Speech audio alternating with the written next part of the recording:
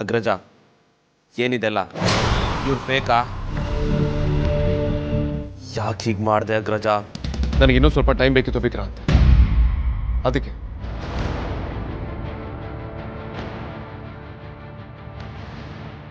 Time ಬೇಕಿತ್ತ? ಯಾವ ಪುರುಷಾರ್ಥಕ್ಕೆ ವೇದಾಂತ್? ಬೆಂಕಿ ಅದು ಇದು ಅಂತ ಈಗಾಗಲೇ ಸಾಕಷ್ಟು ಟೈಮ್ ಕಳೆದು ಹೋಗಿದೆ. ಮುಹೂರ್ತ ಮೀರ್ ಹೋಗಿದೆ. ಇನ್ನೇನ್ ಸಾಧನೆ ಆಗ್ಬೇಕು ಅಂತ ನಿನಗೆ ಟೈಮ್ ಬೇಕಾಗಿತ್ತು? ನನ್ನ ಮಗಳು ಮೊದಲೇ ನಡೆಯೋದು ನಿನಗೆ ಇಷ್ಟ ಇಲ್ವಾ? ವೇದಾಂತ್, ನಿಮ್ಮನ್ನ ನಾನು ಜೆಂಟಲ್ಮ್ಯಾನ್ ಅನ್ಕೊಂಡಿದ್ದೆ. ಮೊದಲೇ ನಿಮ್ಗೆ ಅನ್ಕೊಂಡ್ರೆ ಆಗ್ತಿರ್ಲಿಲ್ಲ.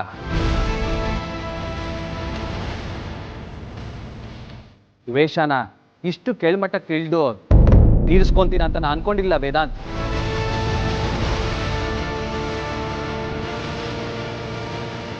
ಇಂಥ ಒಳ್ಳೆ ಜನಕ್ಕೆ ಅನ್ಯಾಯ ಮಾಡಕ್ಕೆ ನಾಚಿಕೆ ಆಗಲ್ವಾ ನಿನಗೆ?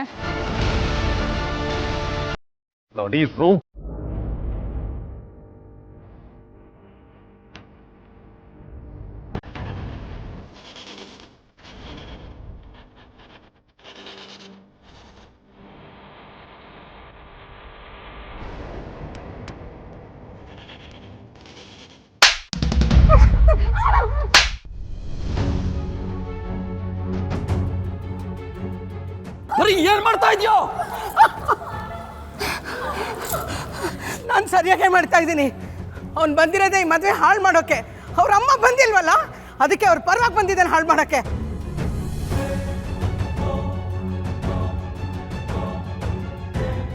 ಅಮ್ಮನ ಬೆಂಕಿಯಿಂದ ಕಾಪಾಡಿದ ಒಳ್ಳೆ ಹುಡುಗ ಅನ್ಕೊಳ್ಳೋಷ್ಟರಲ್ಲಿ ಇಂಥ ಕೆಲಸ ಮಾಡಿಬಿಟ್ಟಿಯಲ್ಲೋ. ನಿಜ ಹೇಳು, ನಿಮ್ಮಮ್ಮ ತಾನೇ ನಿನ್ನನ್ನು ಇಲ್ಲಿ ಕಳಿಸಿರೋದು? ಅಮ್ಮ ಯಾಕೆ ಹಾಗೆ ಮಾಡ್ತಾರೆ? ಅಮ್ಮು ಅವತ್ತು ಆಸ್ಪತ್ರೆಯಲ್ಲಿ ನಿಮ್ಮಮ್ಮನ ಹೊಡೆದ್ಲು ಅಂತ ಸೇಡ್ ತೀರಿಸ್ಕೊಳ್ಳೋದಕ್ಕೆ ನೀನು ಕಳಿಸಿದಾಳೆ ಅಲ್ಲ. ಇಂಥ ಕೆಲಸ ಮಾಡೋದಕ್ಕೆ ನಾಚಿಕೆ ಆಗ್ಬೇಕು ಅವಳಿಗೆ. ಆ ಥರ ಎಲ್ಲ ಏನೂ ಇಲ್ಲ, ಪ್ಲೀಸ್ ಹಾಗೆಲ್ಲ ಹೇಳ್ಬಿಡಿ ನೀವು. ಮಾತಾಡಬೇಡ ನೀನು. ಎಲ್ಲ ಕಣ್ಣಿಗೆ ಕಾಣಿಸಿದ ಮೇಲೆ ಏನು ಹೇಳ್ತೀಯ?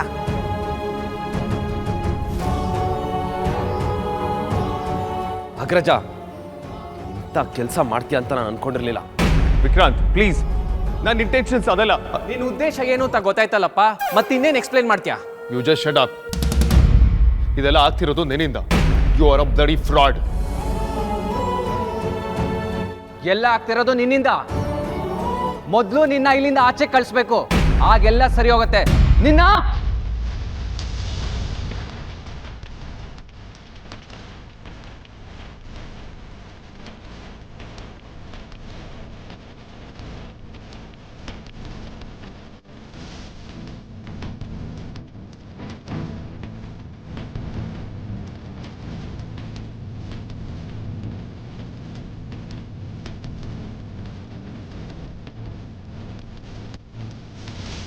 ಸ್ವಲ್ಪ ಸುಮ್ಮನೆ ಇರ್ತೀರಾ?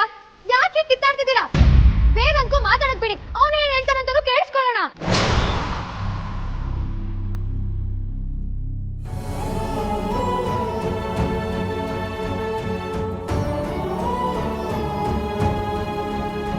Excuse me.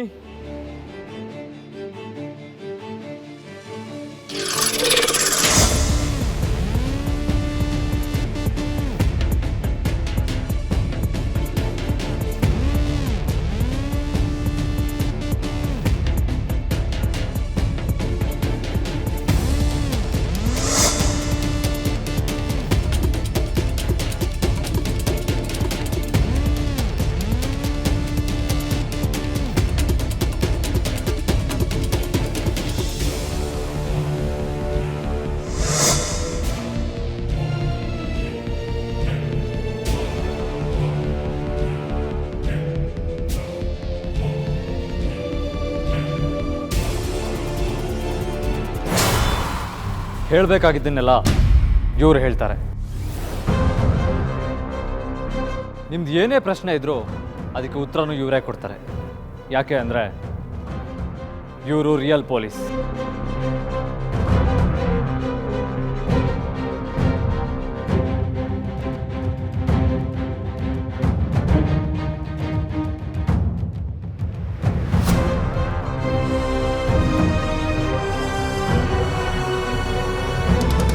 Vedant, real police ಬಂದಮೇಲೆ ಈ ಫೇಕ್ ಪೊಲೀಸ್ಗಳಿಗೆ ಇಲ್ಲೇನು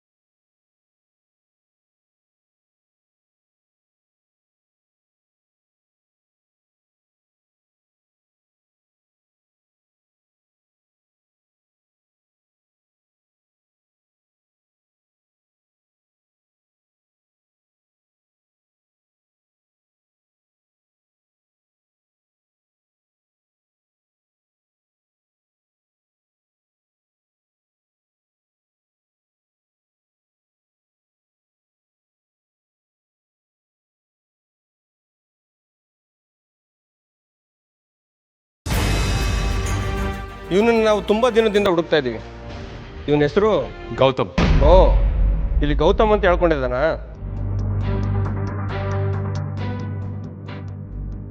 ನಾವು ಇವನ್ನ ತುಂಬ ದಿನದಿಂದ ಹುಡುಕ್ತಾ ಇದ್ದೀವಿ. ಐಡೆಂಟಿಟಿ ಇಲ್ದೇನೆ ಬೇರೆ ಬೇರೆ ಹೆಸರಲ್ಲಿ ಕೆಲಸ ಮಾಡ್ತಾ ಇರೋದ್ರಿಂದಾನೆ ಹುಡ್ಕೋ ಡಿಲೇ ಆಗಿರೋದು.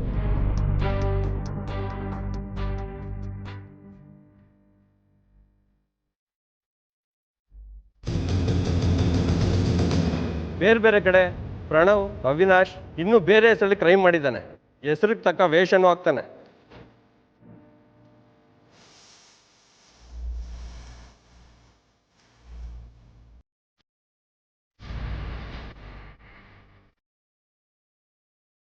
ವಿನಾಯಕಣ್ಣ, ಎಲ್ಲರೂ ಏನೇನೋ ಮಾತಾಡ್ತಾ ಇದ್ದಾರೆ, ನೀವು ಸುಮ್ಮನೆ ಇದ್ದೀರಲ್ಲ.